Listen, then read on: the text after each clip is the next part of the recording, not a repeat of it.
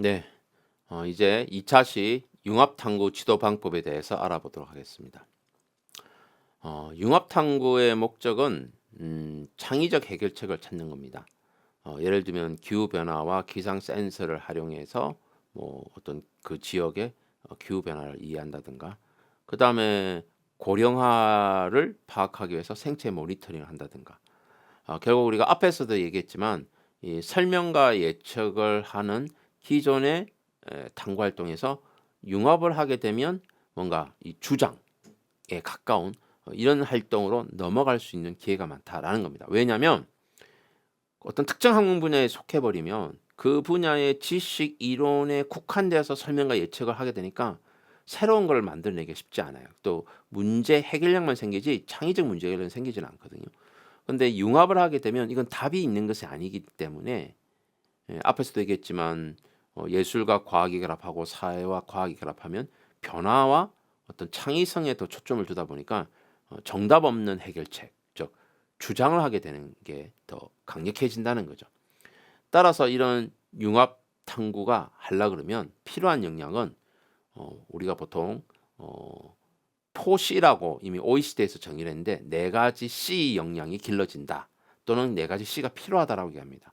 창의력, creativity, 비판적 사고력, critical thinking, 그 다음에 의사소통 능력, communication, 협업 능력, collaboration. 예. 이렇게 네 개 포C. 그래서 우리가 보통 21세기 교육은 포C를 지향한다라고 얘기를 합니다. 이 포시 개념이 실제 나온 거는 OECD에서 경제 활동에 필요한 인재 양성에서 이 네 가지가 필요하다고 얘기가 시작되었고, 그 이후에 교육에 넘어온 거예요. 따라서 이게 학교 교육에서 이 네 가지 키우는 것은 가장 좋은 것은 융합 탐구 형태의 연구 활동이에요. 특히 영재 학생한테는 이런 것들이 필요하겠죠. 그래서 창의력이라는 것은 주로 복잡한 문제 해결을 위해 새로운 아이디어를 제안할 수 있는가? 비판적 사고는 문제 해결을 위한 아이디어를 평가 및 선택하여 의사결정에 반영할 수 있는가? 뭐 주로 장단점 이런 거 따져보는 거죠. 의사소통은 남에게 잘 발표하고 전달하고 공유하는 거고, 협업 능력은 역시 함께 할 수 있는 거에 대한 거죠. 그래서 이렇게 봤을 때 앞에서는 이제 데이터 관점에서의 탐구 활동을 봤다면, 융합 탐구라는 거는 사실 여러 개 분야가 붙어 있다 보니까 문제를 조금 단순화시킬 필요가 있어요. 복잡하지만 단순화시켜서 쪼개 가지고 그 쪼갠 부분이 과학이면 과학, 사회면 사회, 예술이면 예술, 이렇게 조금씩 조금씩 원래 분야별로 한 다음에 다시 걔네들을 모아서 한꺼번에 해석하는, 현재로서는 이렇게밖에 할 수가 없어요. 처음부터 융합적인 어떤 문제의 융합적인 방법을 만들어낸다, 너무나도 힘들기 때문에 그런 융합적인 문제를 조금 쪼개 가지고 각각의 학문 분야별로 뭔가 연구를 해서 모았을 때 이 부분을 해석하는 과정에서 융합이나 통합적인 기능을 발휘할 수밖에 없다는 거죠. 그때 필요한 게 뭐겠습니까? 바로 창의력과 비판적 사고력, 그리고 각 분야에서 한 사람들끼리의 협업, 그리고 걔네들끼리의 소통인 의사소통 역량이 굉장히 중요하다는 거예요. 자, 그러면 여러분들은 그러면 과연 어떤 역량을 갖고 있느냐? 사실 역량 검사지라는 거는 자기 활동 체크리스트거든요. 대부분 그럴 수밖에 없습니다. 근데 저는 이제 좀 다르게 접근하고 있어요. 사람이 생각하는 힘이 굉장히 중요하니까 내가 어떤 성향의 생각을 하고 있는지를 알면 나중에 어떤 일을 할 때 내가 부족한지 뭔지를 아니까 그런 사람들과 함께 뭘 하면 되는 거죠. 그래서 사고 양식 검사가 중요한데, 뭐 이건 성격 양식인 MBTI와 다르게 사고 양식이라 그래서 이론적 근거를 갖고 있습니다.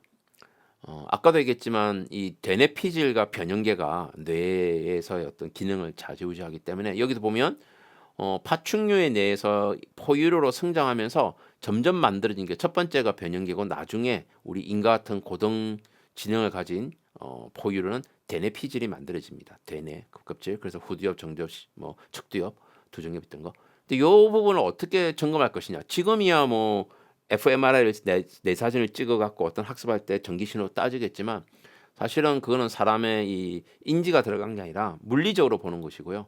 실제적으로는 인간의 활동은 인지에 의해서 이루어지니까 얘를 이제 쪼개 갖고 네 개로 구독을 나눈 거예요. 그래서 아래쪽에 두 개가 변형계고 위쪽에 두 개가 이제 대뇌피질이에요. 그래서 이렇게 네 개의 조각을 냈더니 AOEU라는 유형이 나왔어요. 이게 MBTI처럼 뭐 ENTJ 뭐 이런 게 아니고 AOEU가 나왔어요. 그래서 A는 잔해의 논리적인 부분, 대뇌피질. 얘는 운해의 논리적인 부분. 얘는 잔해, 운해. 그래서 잔해, 운해. 요만큼이 잔해. 그러니까 AO가 잔해, UE가 운해적이지만 위아래가 있어서 감정이 지배하느냐 아니면 이 논리성이 지배하느냐 이런 차이가 있는 거죠. 그래서 보통 논리적 자, 보수적 자, 정서적 자, 실험적 자하고 각각의 특징들이 있습니다. 자, 그럼 여러분들 지금부터 검사를 해봐야겠어요. 자, 지금 핸드폰을 꺼내시고 이걸 탁 사진을 찍으시면 이제 QR 코드가 나올 겁니다. QR 코드를 찍으면 제가 지금 한번 눌러보겠습니다. 이와 같은 양식 검사 만들게 나올 거예요. 이거 제가 만든 거라서요. 예. 시작하면 이렇게 나옵니다. 여기서 본인에게 해당된다고 생각하는 것만 좀 저희가 그냥 대충 하는 겁니다. 여러분들 서서히 해보시고요. 내가 해당되는 것만 체크하는 거예요. 다 체크가 아니라 나 이런 사람이야. 나 이런 것 같은 것 같아. 뭐 이런 식으로 해당하는 것만 체크를 해요. 그러면 총 52문항이 될 거예요. 뭐 저는 그냥 아무데나 하는 겁니다. 지금. 예. 이렇게 해서 결과를 한번 내보겠습니다. 아직도 52개 멀었네요. 좀 시간 걸릴 거예요. 그럼 화면 멈추시고 QR코드 찍으시고 해보시면 될 겁니다. 자, 하면 이렇게 결과가 나와요. 이게 AOEU예요. 5점, 8점. 그리고 그래프가 대각선에 그려지거든요. 그래 보니까 나는 얘가 강하잖아요. 그럼 나는 뭐냐? 나는 안정지향형이에요. 근데 이쪽이 안정지향형이에요. 그리고 나는 이 면적을 보면 잔해가 많죠. 그래서 잔해 요 면적 계산한 거예요. 나는 약간 잔해형에 가깝구나 라고 볼 수가 있는 거죠. 그래서 이거는 제가 온라인상에 띄워놨기 때문에 뭐 언제든지 그 QR코드만 있으면 접근해서 해볼 수가 있습니다. 그래서 이렇게 나옵니다. 이게 이제 실제 제 거예요. 제가 해봤을 때 뭐 나중에 또 해봐도 이게 크게 벗어나지는 않아요. 그래서 보면 12 제가 굉장히 목표 추구형이라는 걸 알 수 있습니다. 그리고 아무래도 제가 이과성에 뛰어나니까 잔해가 좀 더 많겠죠. 제일 좋은 거는 여기 딱 사각형 딱 하기 제일 좋겠죠. 균형적이 잡히면 되는데 대부분 사람들은 조금씩 변화했을 거예요. 우석의 얘기를 이렇게 해요. 요 8번 이게 실험적 자아잖아요. 그러니까 이게 항상 새로운 걸 도전하다 보니까 특이 행동을 할 경우가 많아요. 남들보다 뭔가 남들 가지 않는데 가고 싶어하고 이런 게 있는 거고요. 그 다음에 요 부분이 높은 사람들은 관계지향형이라서 사람들하고 사이좋게 지내는 걸 되게 선호해요. 그래서 제가 농담으로 요 검사한 다음에 이 점수가 높은 사람하고 가까이 지내면 굉장히 맛있는 것도 많이 사줄 것 같고 밥값 잘 낼 것 같고 그런 생각이 들기도 합니다. 선생님들은 아마 이 안정추구형이라서 이쪽에 또 많을 수도 있어요. 그래서 사람마다 다르고 하는데 그럼 이거 왜 필요하냐? 우리가 협업이나 협동을 하게 되면 잘 맞는 사람이 있고 안 맞는 사람이 있는데 이게 성격 유형이 아니에요. 사실은 사고 유형 차이예요. 어떤 게 있냐면 예를 들면 이런 거예요. 지금 이게 여러 사람이 모여 있는데 다 비슷해요. 그림이 비슷하게 드러나잖아요. 그럼 이런 사람들은 뭐냐면 의견 합치가 잘 돼요. 관심 가는 분야도 비슷하고 의견도 잘 맞아요.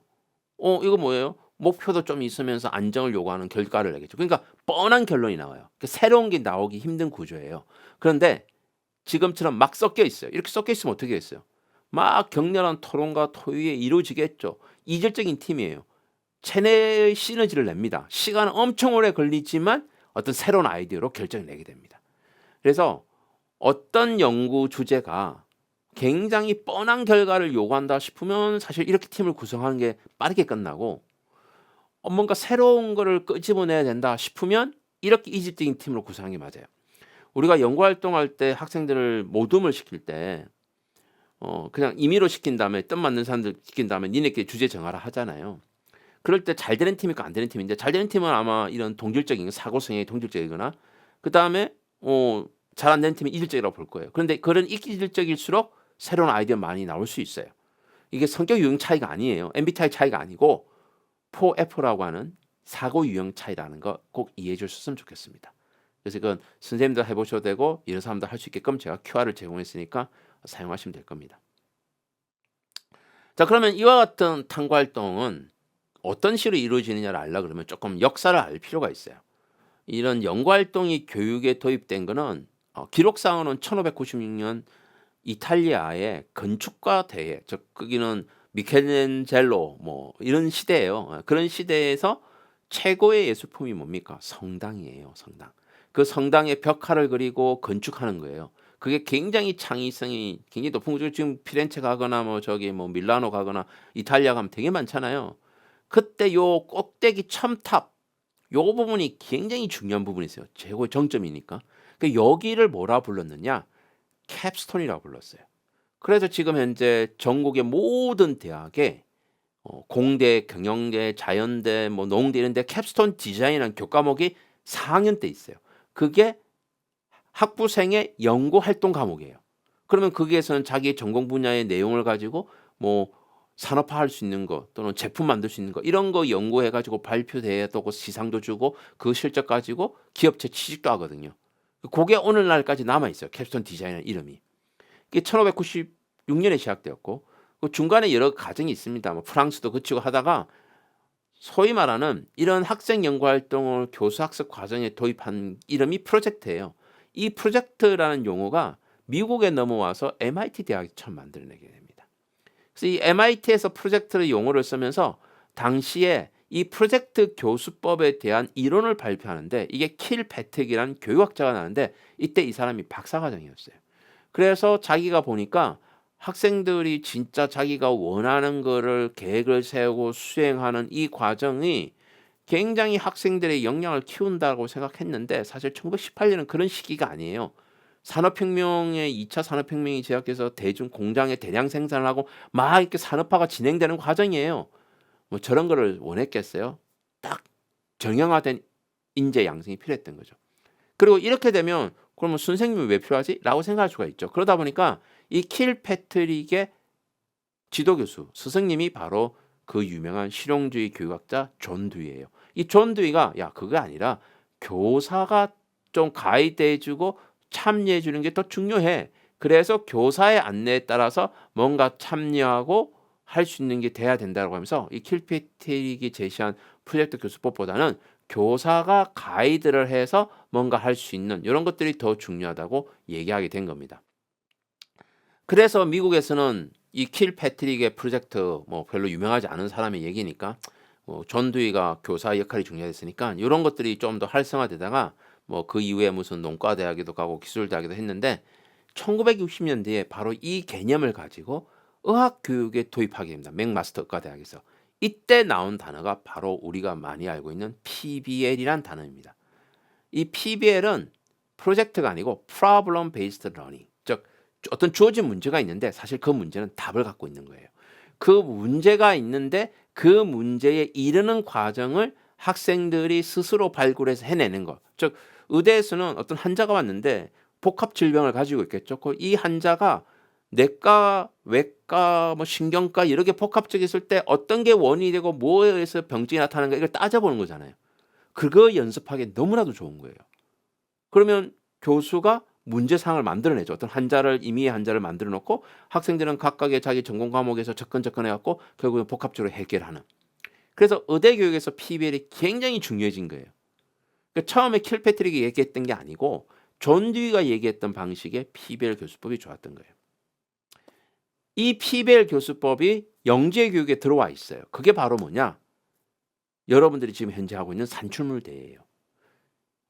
심화연수에 가면 교사들이 프로그램을 만듭니다. 영재 프로그램. 그 프로그램 만드는 방식이 바로 PBL 방식으로 만들어요. 문제사항이 주어져 있고 그 문제사항에 이르는 과정이 학생들이 다양한 방법을 써보도록 한 다음에 마지막 결과물을 해요. 결과물은 다르지만 지향점은 똑같아요. 그래서 이 PBL이 영재교육도 굉장히 활성화됩니다. 그런데 사실 이 PBL은 어떤 특정한 영역의 전문가를 키우기엔 좋아요. 훈련된 인재를 키우기 좋아요. 근데 뭔가 새로운 걸 하기는 쉽지 않은 거예요.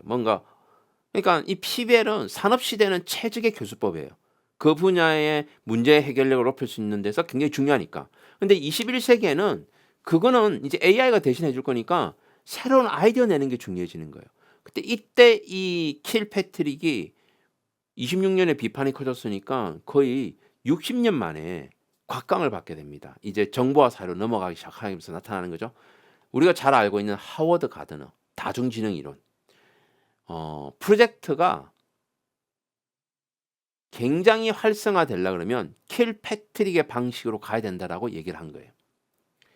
그래서 저는 이걸 오늘날 보면 이렇게 두 가지로 구분해 볼 수 있어요. 학생 연구 활동은 문제 기반 학습이라는 것과 창의적 문제 해결 활동으로 바꿀 수 있어요. 그래서 우리가 보통 창의적 문제 해결을 기른다라고 하는 거는 이쪽에 가까워야 되는 거고 CPS에 가까워야 되고 우리가 수업하기 교사가 참여해서 수업을 관리 지도하기에는 이 PBL이 편해요. 결국 이 두 가지를 적절하게 섞어야 되는데 그래서 우리가 앞에서 봤던 1차 시에 봤던 프로젝트 콤마 과제 연구 기억나시죠? 교육과정 교수 학습 방법에. 그래서 일반적으로 교육적으로 우리가 프로젝트 그러면 PBL을 얘기하고 과제 연구 그러면 CPS 이게 R&E CPS예요. 사실 프로젝트는 더 큰 개념이죠. 이 전체를 아우르는 게 프로젝트고 그 프로젝트 안에 PBL과 CPS가 있고 흔히 얘기하는 프로젝트는 PBL을 얘기하는 거고 과제 연구나 R&E는 CPS. 그러니까 지금은 과제 연구 R&E 이름을 따로 가지고 있으니까 PBL, CPS 이렇게 PBL, 과제 연구, 뭐 R&E 이렇게 넘어갑니다. 그리고 이 PBL 대신에 프로젝트 그렇게 용어가 혼재되어 있어요. 어쨌든 그 개념 구분을 명확히만 하시면 내가 학생 연구활동 지도하는 것이 문제 기반으로 하는 건지 창의성을 요구하는 건지 볼 수 있어요. 그럼 뭐가 달라지느냐? 문제 성격이 달라요. 문제 기반은 훈련하는 과정이 있으니까 문제 사항을 만들어 줍니다. 교사가. 근데 그 문제를 찾는 훈련도 해야 되니까 비구조화된 이것이 문제입니다. 알려주지 않고 그 문제를 찾으라 그래요.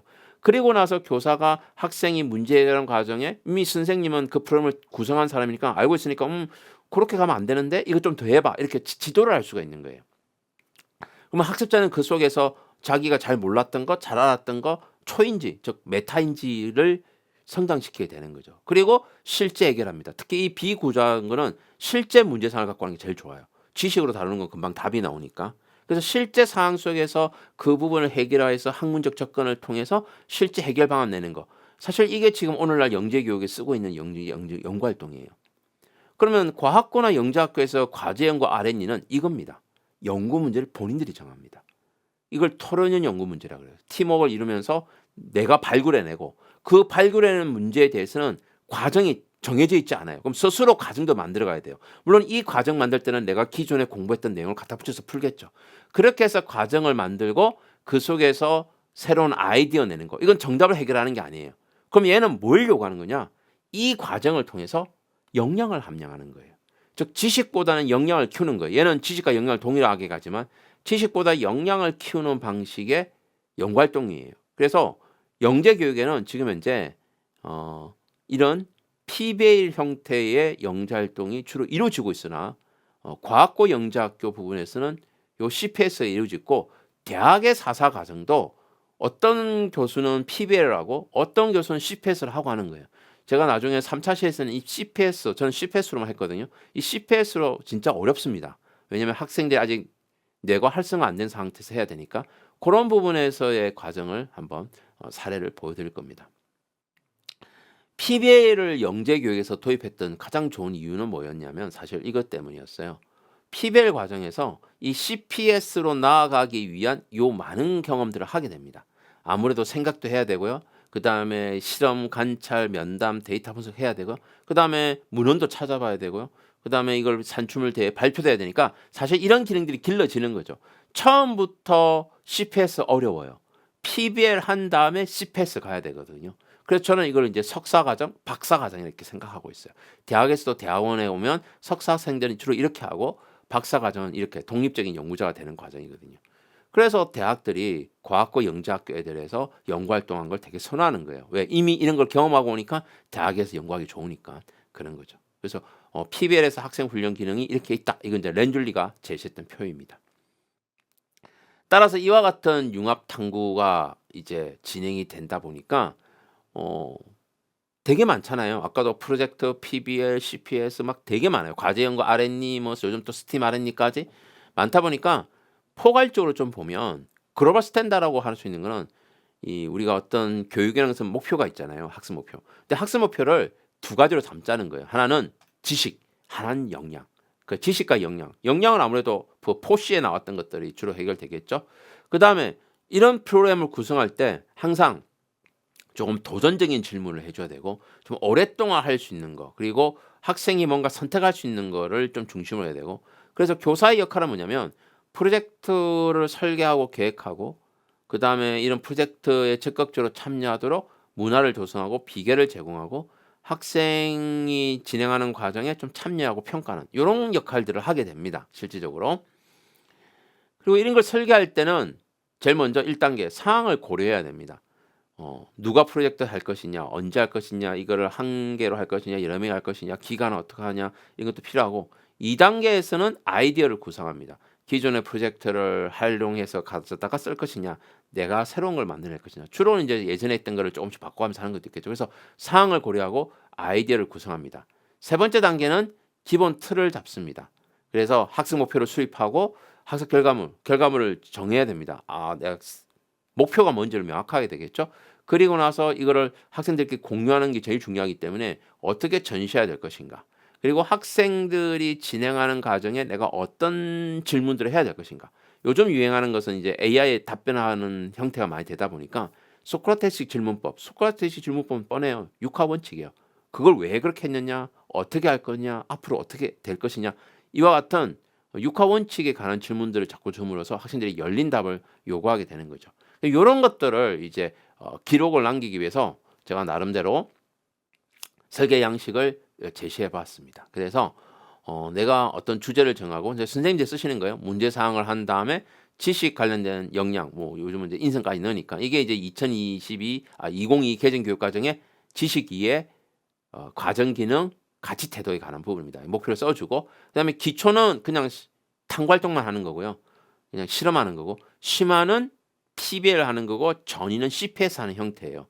그리고 그 각각 그러니까 요거는 다 채우라는 얘기는 아니고 나는 PBL만 해야겠다. 그러면 PBL 관련된 내용만 쓰는 거고 CPS 해야겠다. 그럼 전이 칸만 채우는 거예요. 그래서 문제를 뭘 제시하고 기준 마지막 도달점이 뭐다를 정해놔야 되는 거고 그리고 이 도입 활동에 어떤 사항들을 제시할 것인가 그리고 준비 자료는 뭔가 그리고 이 단계를 나눈 거는 크게 1개, 2개, 3개 그걸 액티비티 그다음에 스텝 각각에 뭐가 들어갈 건가 이렇게 계획을 세워보는 거예요.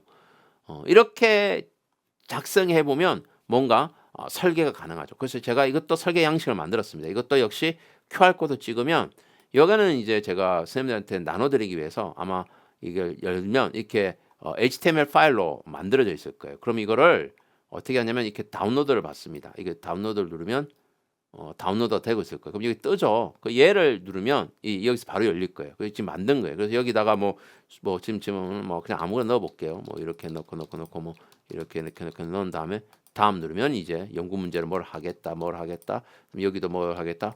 생각을 써보는 거예요. 이렇게. 요거는 이제 HTML 파일로 다운받으면 자기 컴퓨터에 남는 거니까 어디 서버 올라가는 거 아닙니다. 예, 제가 제공해 드리는 거예요. 이렇게 하고 다음 그 다음에 이제 이거는 뭐냐면 내가 이번에는 이 활동에 뭐 스텝을 이렇게 두 번째 스텝은 이렇게 뭐 세 번째 스텝은 이렇게 뭐 하겠다. 뭐 그 다음에 나는 이 전이 활동 CPS 부분을 이런 활동에 뭐 스텝을 이렇게 그 다음에 이렇게 그 다음에 여기 뭐 활동 하나 더 추가해서 뭐 여기에 또 여기 활동명에 여기 활동명에 여기에 스텝에 스텝에 이런 식으로 작성합니다. 이렇게 작성하면 맨 마지막에 이렇게 검토돼서 내가 지금까지 쓴 내용이 나옵니다. 그리고 이를 이제 저장하기 누르면 제가 이제 두 가지 형태로 PDF 파일로 저장하거나 그러면 여기 이제 본인 컴퓨터 다운로드 들어갈 거고 이거 열면 제가 기록했던 내용이 이렇게 나오는 거예요.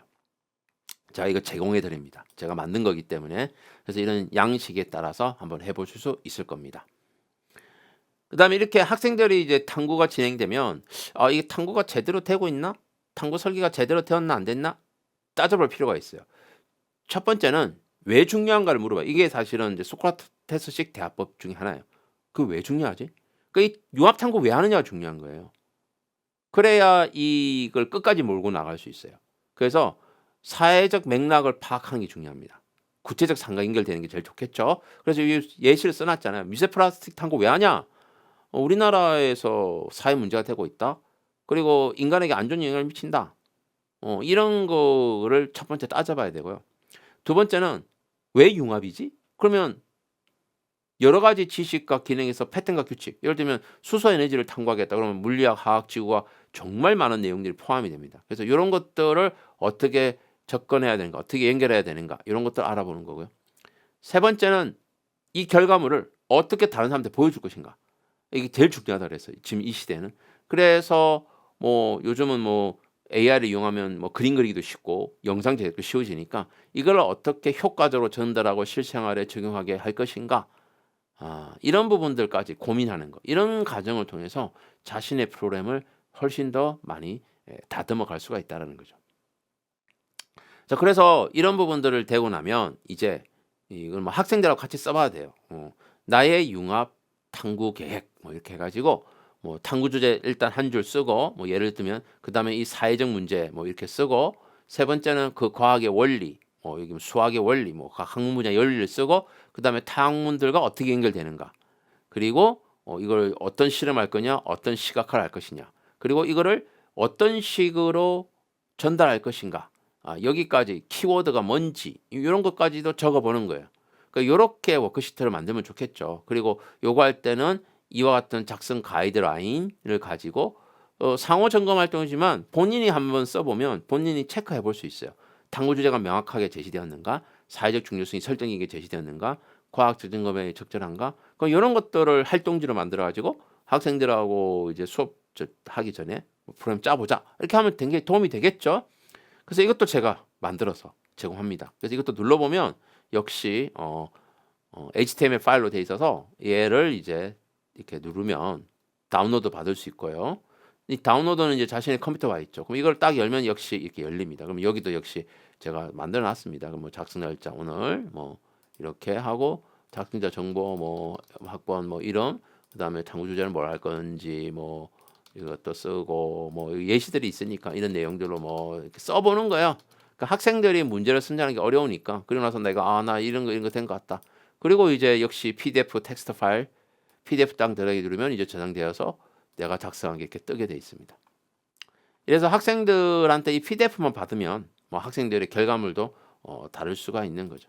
그러니까 이렇게 제가 두 가지 시트 제공했어요. 선생님이 계획하는 거, 학생들이 써보는 거 이렇게 두 개 줬으니까 선생님이 계획서 앞에 양식을 가지고 내가 프로를 만들어 보고 그걸 가지고 학생들과 이제 시작하면서 이런 설계 워크시트를 애들한테 나눠주고 또는 모든별로 써보게 하는 이런 과정을 통해서 융합 탐구를 진행하는 초기와 계획까지 해볼 수가 있다라는 거죠.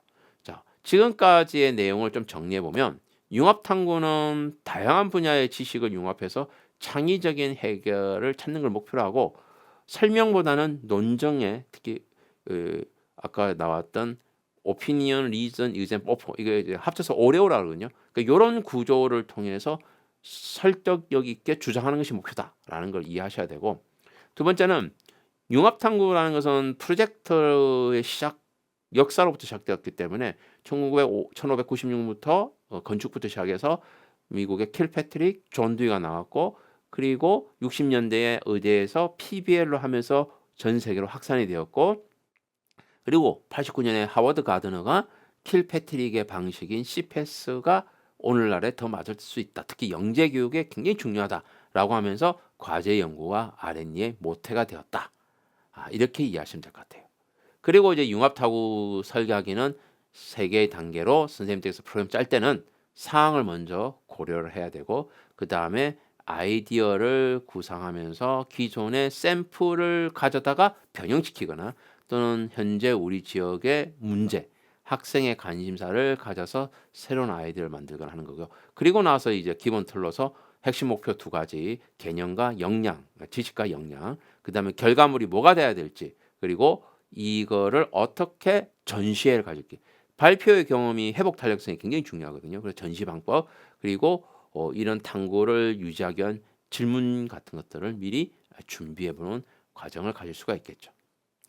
그리고 이제 탐구 활동 구체할 때는 역시 왜 중요한가 사회적 맥락 무엇이 연결되는가 학문 연계 그 다음에 어떻게 보여줄 것인가 시각화 전략 이 세 가지를 학생들이 세운 내용에 대해서 질의응답이 필요합니다. 사실 CPS는 이게 굉장히 중요하죠. PBL에서는 선생님들이 이런 정도를 가이드 해주고 그 방식으로 따라가게 할 수 있지만 CPS 분야는 요 세 가지를 명확하게 이해시키는 게 필요해요. 뭐 과학고나 영재학교에서는 이런 R&D나 과제인 이런 것들을 직접적으로 배울 수 있도록 질문을 던져줘야 된다는 거죠. 그래서 이제 나만의 융합 탐구 계획서를 앞에 제시했던 그런 양식을 이용해서 학생들이 작성해보는 이런 과정을 통해서 융합 탐구 계획을 세울 수 있는 경험들을 제시할 수 있다는 것입니다. 네, 긴 시간이었습니다. 2차 시를 마치도록 하겠습니다. 감사합니다.